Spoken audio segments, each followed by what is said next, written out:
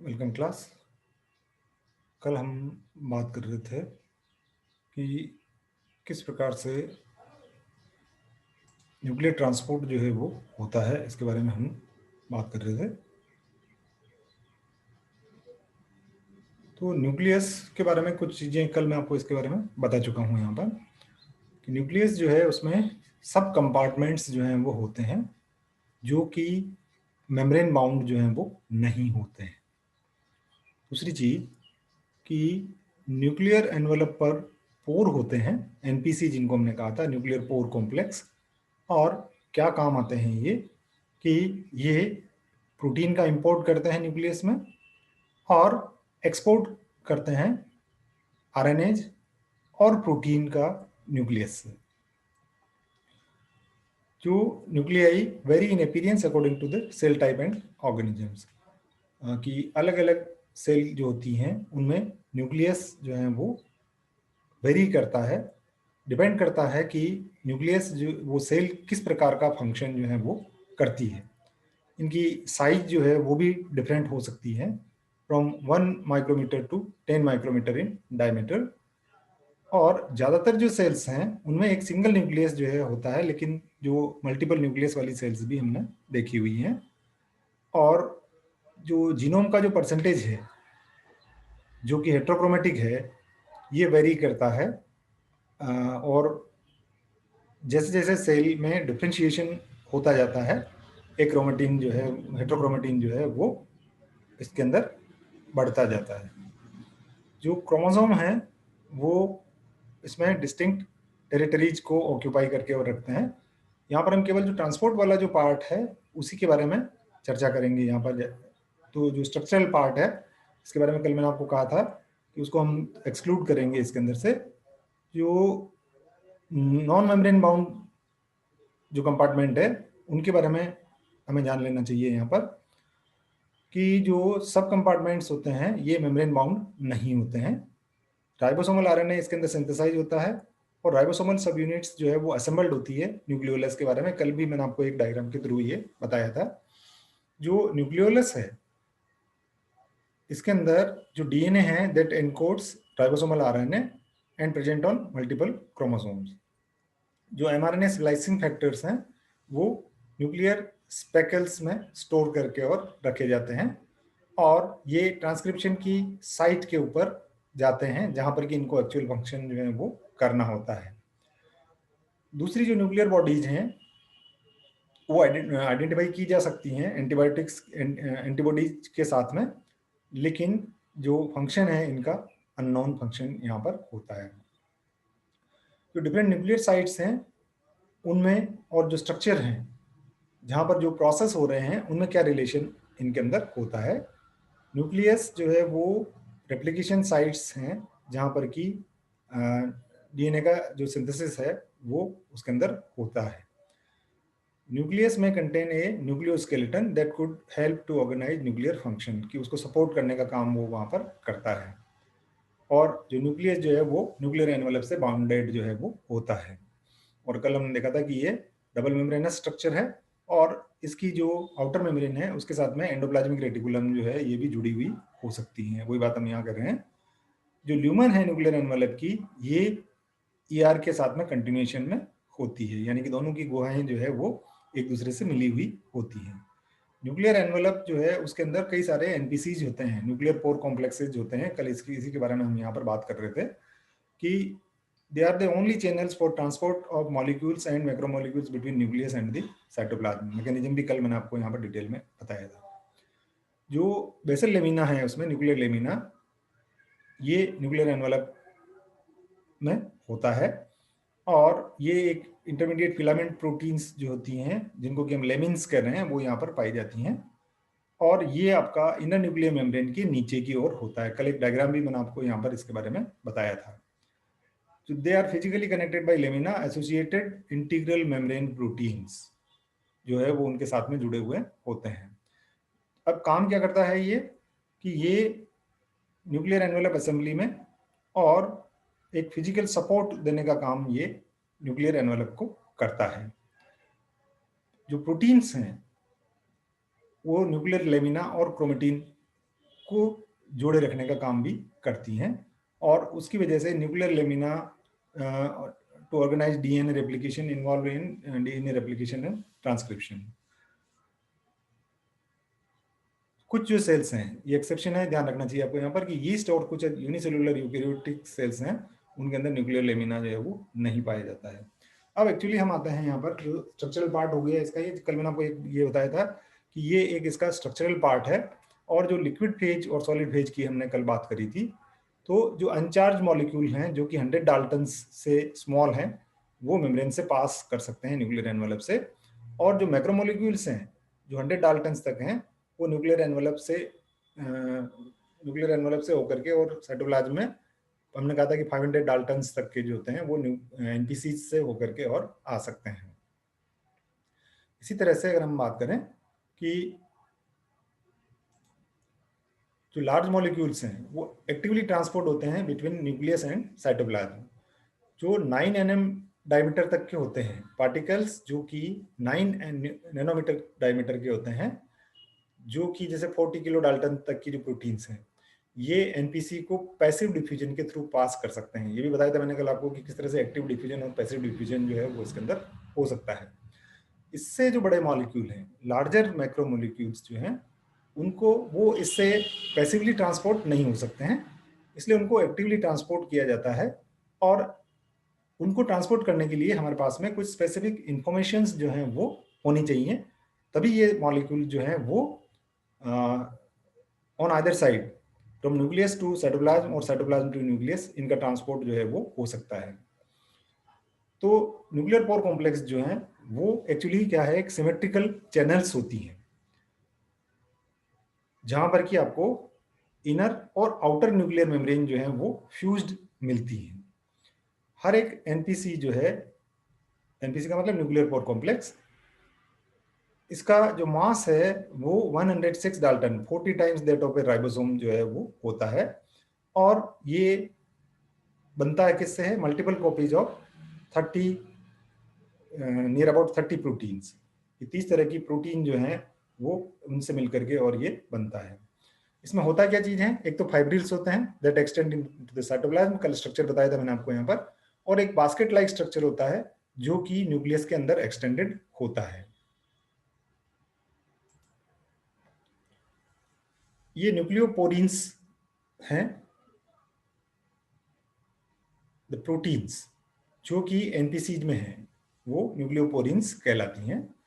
कई न्यूक्लियोपोरीन्स जो हैं वो एक छोटी सीक्वेंस अमीनो एसिड की, उसका रिपीटेशन जो है वो होता है, जो कि ये माना जाता है कि जो ट्रांसपोर्ट फैक्टर्स हैं उनसे इंटरेक्ट यहाँ पर ये करती है, जैसे कि ग्लाइसिन, ल्यूसीन, फिनाइलएलेनिन और ग्लाइसिन, या जैसे फिनाइलएलेनिन और ग्लाइसिन, फिनाइलएलेनिन और ग्लाइसिन, इन अमीनो अम्लों का इसमें कई बार रिपीटेशन जो है वो हमें देखने को यहाँ पर मिलता है।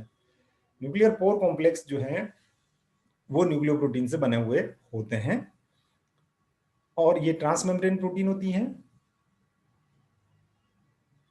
जो न्यूक्लियोप्रोटीन्स हैं सभी यीस्ट की, वो आइडेंटिफाई कर ली गई हैं, और एनपीसी जो हैं ये डिसअसेंबल्ड और रीअसेंबल्ड हो सकते हैं माइटोसिस के प्रोसेस के दौरान, जबकि आपका एक्चुअली ये, इससे कंफ्यूज होने की जरूरत नहीं है। होता क्या है कि आपका, आप जानते हैं कि माइटोसिस और म्यूसिस हमने पढ़ा है, उसमें न्यूक्लियर एनवेलप जो है वो डिसइंटीग्रेट होता है। तो जब न्यूक्लियर एनवेलप डिसइंटीग्रेट होगा तो आपका एनपीसी जो है वो भी डिसइंटीग्रेट वहां पर हो जाएगा, और वापस जब न्यूक्लियर एनवेलप बनता है तब ये एनपीसी का फॉर्मेशन वापस वहां पर हो जाता है। तो इसमें जो न्यूक्लियोपोरीन्स हैं वो डायनेमिक होती हैं, और ये रैपिडली एसोसिएट और डिसोसिएट हो सकती है, किससे, एनपीसी से। जो प्रोटीन्स हैं वो सेलेक्टिवली ट्रांसपोर्टेड होती हैं न्यूक्लियस से थ्रू न्यूक्लियर पोर। जो मैच्योर न्यूक्लियर प्रोटीन्स होती हैं वो, उनकी जो सीक्वेंस है ये न्यूक्लियर लोकलाइजेशन के लिए एक एसेंशियल इंफॉर्मेशन जो है वो उनको चाहिए होती है। Mature nuclear proteins contain sequence information required for their nuclear localisation. Protein जो है वो सेलेक्टिवली एंटर करती हैं या एग्जिट होती हैं न्यूक्लियस से न्यूक्लियर पोर के द्वारा। ऐसा नहीं है कि रेंडमली कोई भी प्रोटीन जो है वो उससे बाहर निकल जाएगी या उसके अंदर आ जाएगी। जो न्यूक्लियर इंपोर्ट की जो इंफॉर्मेशन है वो ट्रांसपोर्टेड जो प्रोटीन्स हैं उनके अंदर ये स्टोर जो है वो होती है। तो जो लोकलाइजेशन सीक्वेंस हैं उनकी अगर हम बात करें, जो कि टारगेट प्रोटीन्स हैं जिनको हमने NLS कहा है, कल इसके बारे में डिटेल से बताया था मैंने आपको। ये एक short stretch of basic amino acids है कि उसके अंदर जो बेसिक अमीनो एसिड्स की सीक्वेंस जो है वो होती है, ये नेसेसरी होती है और इनका होना न्यूक्लियर ट्रांसपोर्ट के लिए जरूरी होता है NLS का। जो साइटोप्लाज्मिक NLS हैं, रिसेप्टर हैं, ये मीडिएट करते हैं न्यूक्लियर प्रोटीन के इंपोर्ट को। जो कार्गो प्रोटीन्स होती हैं उनके साथ में NLS जो है वो जुड़े हुए होते हैं। कल डायग्राम के थ्रू मैंने आपको एक ये बताने की कोशिश की थी। न्यूक्लियर इंपोर्ट के जो रिसेप्टर्स हैं ये एक लार्ज प्रोटीन फैमिली का है जिसको कि कैरियोफेरिन्स कहा जाता है। ये भी मैंने आपको एक चार्ट के थ्रू बताया था और मैंने कहा था कि कल हम डिटेल से इसके बारे में चर्चा करेंगे और एक फ्लो चार्ट के रूप में मैंने आपको ये बताने की कोशिश करी थी। नेक्स्ट अगर हम देखें इसमें,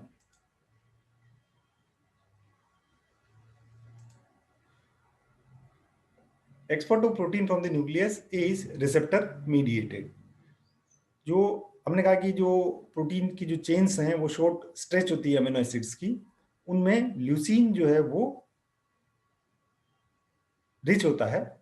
short stretches of amino acids rich in leucine acts as the most common nuclear export sequences. जो एक्सपोर्ट रिसेप्टर हैं वो क्या चीज है कि यहाँ पर जो उसके साथ में प्रोटीन जो है वो बाइंड कर जाती है और जिसमें कि आपका न्यूक्लियर एक्सपोर्ट सीक्वेंसेस दो बताया था मैंने कल आपको, NLS और NES।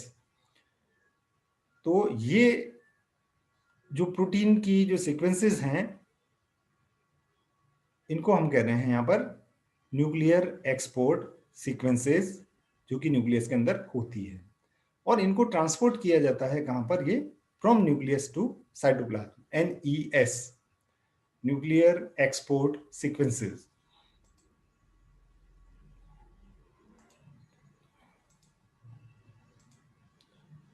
और एक मैंने आपको कल रेंज जीटीपी के बारे में बताया था कि रेंज जीटीपी का फंक्शन क्या होता है और मैंने कहा था कि इसके बारे में हम बाद में डिटेल से चर्चा करेंगे कि रेंज जीटीपी जो है वो एक्चुअली एक स्मॉल जीटीपेज है जो कि सभी यूकैरियोट्स में कॉमन जो है वो होता है और न्यूक्लियस और साइटोप्लाज्म दोनों के अंदर ये पाया जाता है। काम क्या करता है ये कि ये जीटीपी के हाइड्रोलिसिस को प्रमोट करता है बाय रेन के थ्रू ये जीटीपी का हाइड्रोलिसिस जो है वो करता है।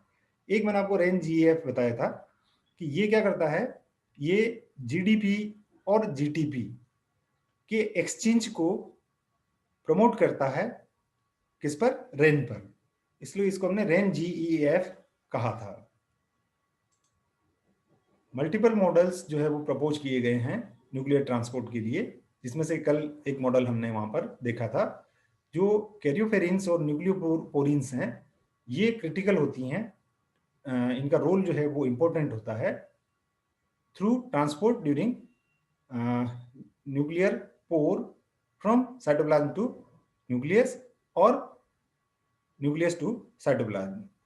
जो डायरेक्शनलिटी है ये किस तरह से कंट्रोल होगी, by part in part by distinct interaction of karyopherins with nucleoporins, कि ये कैरियोफेरिन और न्यूक्लियोपोरिन इंपॉर्टेंट रोल प्ले करते हैं इसके अंदर कि जो ट्रांसपोर्ट का डायरेक्शन जो है वो किस प्रकार का होता है।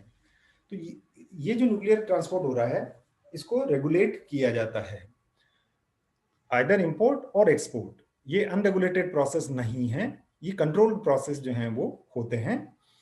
और सेल जो है वो न्यूक्लियर ट्रांसपोर्ट को यूज करती है कई फंक्शंस को रेगुलेट करने के लिए, जैसे कि transit through the cell cycle and response to the external stimulus. Cell division के समय पर भी हम इसको देख सकते हैं, और जब कोई एक्सटर्नल स्टिमुलस मिलता है सेल को, तब भी इन प्रोटीन का जो ट्रांसपोर्ट है न्यूक्लियस से, उसको रेगुलेट जो है वो किया जाता है।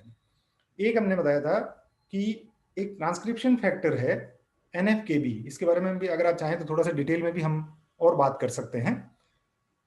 ये बताता है कि किस तरह से न्यूक्लियर ट्रांसपोर्ट जो है वो रेगुलेट किया जाता है। इसको भी हमारे पास एक अच्छी स्लाइड है, कोशिश करूंगा कि मैं आपको दिखा सकूं अभी, नहीं तो फिर बाद में हम इसको और भी इसके बारे में चर्चा करेंगे। जो सेम एनपीसी जो है वो यूज होता है प्रोटीन के ट्रांसपोर्ट के लिए, वही एनपीसी जो है वो एक्सपोर्ट के लिए भी, आरएनए के एक्सपोर्ट के लिए भी काम में लाया जाता है। आरएनए का जो एक्सपोर्ट है ये रिसेप्टर मीडिएटेड होता है और एनर्जी डिपेंडेंट होता है, यानी कि ये एक्टिवली ट्रांसपोर्ट जो है इसका किया जाता है। जो डिफरेंट सॉल्युबल ट्रांसपोर्ट फैक्टर्स हैं, ये इनकी जरूरत होती है हर क्लास के आरएनए के ट्रांसफर के लिए। जो राइबोसोमल सब यूनिट्स हैं वो न्यूक्लियोलस में असेंबल होती हैं, और इनको एक्सपोर्ट जो है वो किया जाता है बाय एक्सपोर्टिन 1। जो राइबोसोमल सब यूनिट्स हैं वो न्यूक्लियोलस के अंदर जो है वो असेंबल्ड होती है, जहां पर कि राइबोसोमल आरएनए जो है वो बनता है। जो राइबोसोमल प्रोटीन्स हैं ये इंपोर्ट की जाती है from the cytoplasm for assembly into ribosomal सब यूनिट। तो यहाँ पर आप देख रहे हैं कि ये जो प्रोटीन है इसको इंपोर्ट हमें साइटोप्लाज्म से न्यूक्लियस के अंदर न्यूक्लियोलस तक करना पड़ेगा, और जो राइबोसोमल सब यूनिट हैं उनका जो एक्सपोर्ट है वो कैरियर मीडिएटेड होता है, और वहां पर आपको रेन की जरूरत जो है वो पड़ती है। मैसेंजर आरएनए जो है वो न्यूक्लियस से एक्सपोर्ट किए जाते हैं एज आरएनए प्रोटीन कॉम्प्लेक्स, और ये मैसेंजर आरएनए जो हैं उनकी अगर हम बात करें तो प्रोटीन जो कि मैसेंजर आरएनए के साथ जुड़ी हुई है ट्रांसक्रिप्शन के लिए, ये प्री एमआरएनए प्रोसेसिंग को डिटरमाइन, उसकी साइट को डिटरमाइन करती है या उसको डिफाइन करती है कि वो किस जगह पर ये प्रोसेस जो है वो होगा, और ये एक्सपोर्ट के लिए मैसेंजर आरएनए का पैकेज जो है वो किया जाता है। इसके बारे में भी कल मैंने आपको थोड़ा सा उसके अंदर दिखाया था, लेकिन काफी डिटेल में हमने इसके बारे में बाद में बात करेंगे। मैसेंजर आरएनए के साथ में जो प्रोटीन जुड़ी हुई होती हैं न्यूक्लियस के अंदर, ये एक्सपोर्ट के बाद में हटा ली जाती हैं और न्यूक्लियस को रिटर्न कर दी जाती है। आप कल वाला डायग्राम याद करिए, उसमें कल मैंने आपको बताया था कि प्रोटीन जो है वो अलग से निकल जाएगी, फिर आपका जो कार्गो है वो वापस एनपीसी से बाहर जो है वो निकाल दिया जाता है। ज्यादातर जो है वो एक्सपोर्ट करने के ठीक पहले इन प्रोटीन्स को वहां से हटा लिया जाता है। जो सिग्नल्स हैं मैसेंजर आरएनए के एक्सपोर्ट के लिए, ये उन प्रोटीन्स से जुड़े होते हैं जो कि मैसेंजर आरएनए से जुड़ी हुई होती हैं। मैसेंजर आरएनए का जो एक्सपोर्ट है ये भी रेगुलेट होता है, लेकिन इसका मैकेनिज्म जो है वो अननोन है। मैसेंजर आरएनए का जो एक्सपोर्ट है ये इसमें कई नोवल फैक्टर्स एनएफ जिनको हम कह रहे हैं, जैसे एक NF-80 हो गया, एक NF-κB हो गया, इनकी जरूरत वहां पर पड़ती है। जो फैक्टर्स हैं ये मैसेंजर आरएनपी, राइबोन्यूक्लियोप्रोटीन और न्यूक्लियर पोर कॉम्प्लेक्स के साथ में बाइंड हो सकते हैं। किसको किस फंक्शन को करने के लिए? मैसेंजर आरएनए के एक्सपोर्ट को करने के लिए। एक फैक्टर जो है जिसको हम बात करते हैं यहाँ पर, वो है DBP5, जो कि एक एटीपेज है, और ये एनर्जी यूज करता है from ATP hydrolysis to remove messenger ribonucleoprotein RNP जिनको हम कह रहे हैं यहाँ पर ट्रांसपोर्ट में, उनको हटाने के लिए ये काम में आता है। इसी तरह से 24 USN RNAs are exported, modified, assembled into complexes and imported। जो यूएसएन आरएनएज हैं वो न्यूक्लियस के अंदर एक्सपोर्ट हो सकते हैं, मॉडिफाई हो सकते हैं, और या इनको यूएसएन आरएनपी में पैकेजिंग इनकी की जा सकती है, जो कि आरएनए प्रोटीन कॉम्प्लेक्स होता है, और इनको इंपोर्ट किया जा सकता है न्यूक्लियस में to function in RNA processing. Precursor to microRNAs are exported from the nucleus and processed in the cytoplasm. जो माइक्रो आरएनए हैं ये बनते किससे हैं? पहली चीज ट्रांसक्रिप्शन इन द न्यूक्लियस, दूसरा जो पार्शियल प्रोसेसिंग होती है जो कि हेयर पिन प्रिकर्सर जो है प्रोटीन सिंथेसिस में, आपने इसके बारे में डिटेल से पढ़ा होगा। Then export of the precursor by exportin 5 and then the final processing takes place in cytoplasm, कि इसकी जो फाइनल प्रोसेसिंग होती है ये साइटोप्लाज्म के अंदर होती है। तो एक तो ये चीज हो गया। दूसरा एक और चीज बच जाती है इसके अंदर जो कि मैं आपको यहाँ पर बताना चाह रहा था।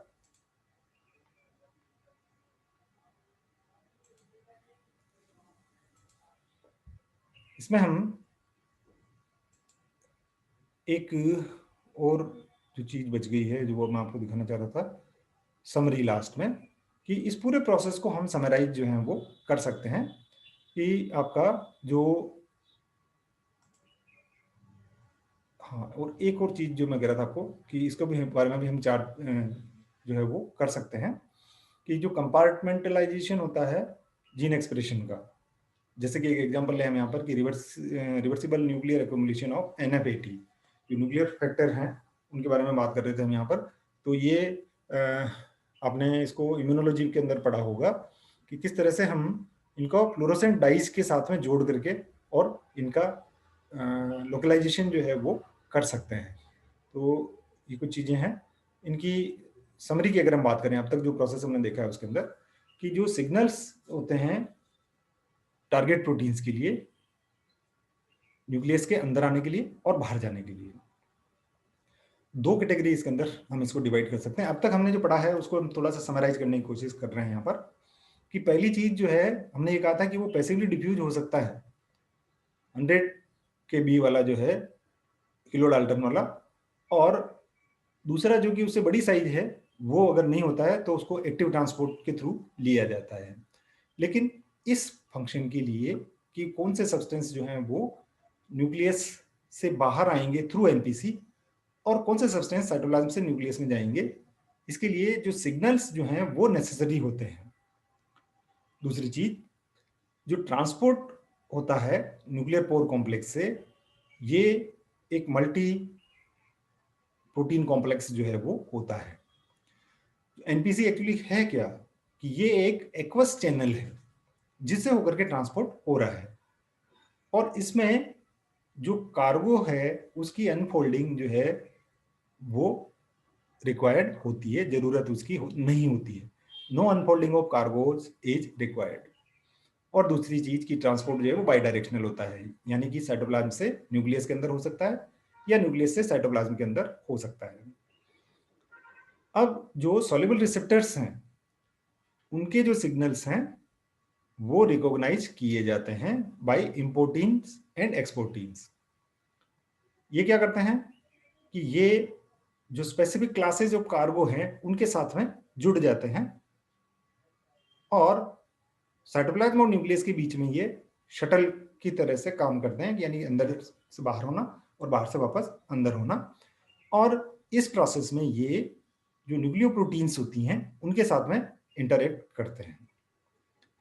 एक मैंने आपको बताया था NLS और NES, एक GEP और एक REN-GTP। REN-GTP के बारे में हम डिटेल से बात कर चुके हैं। REN-GTP define the nucleoplasm and the perichromatin space. ये एसिमेट्रिकली डिस्ट्रीब्यूट होती है और रेगुलेट करती है कार्गो बाइंडिंग और रिलीज को। तो यहाँ पर हमारा ये लगभग पूरा हो चुका है। एक दो जो टर्म आई थी जिनके बारे में मैंने आपको कहा था कि इसके बारे में हम और डिटेल से बात कर सकते हैं। जो ट्रांसपोर्ट होता है, विजुअलाइजेशन अगर हम इसका देखें यहाँ पर, तो मैंने आपको ये कहा था कि इसमें हम इन चीज़ों को, ये एक एडिशनल नॉलेज है जो कि मैं आपको यहाँ पर बता रहा हूँ कि जो फ्लोरोसेंस इन सिटू हाइब्रिडाइजेशन किस प्रकार से किया जाता है। लिविंग सेल्स में जो जीन एक्सप्रेशन होता है, इसको हम जीन एक्सप्रेशन में डिटेल से पढ़ चुके हैं। अगर हम पोस्ट ट्रांसपेक्शन की बात करें यहाँ पर, तो किस प्रकार से चेंजेज जो हैं वो प्रोटीन के अंदर आते हैं, ये इस डायग्राम में दिखाने की कोशिश की। देखिए ये एक एडिशनल नॉलेज है, अगर आप चाहें तो इसको भी कंसिडर कर सकते हैं।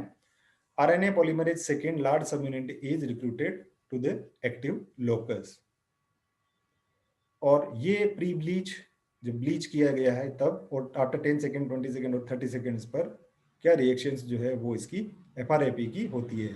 यह है fluorescein recovery after photo bleaching. ये भी एफआरएपी एनालिसिस है और ये इसकी समरी है।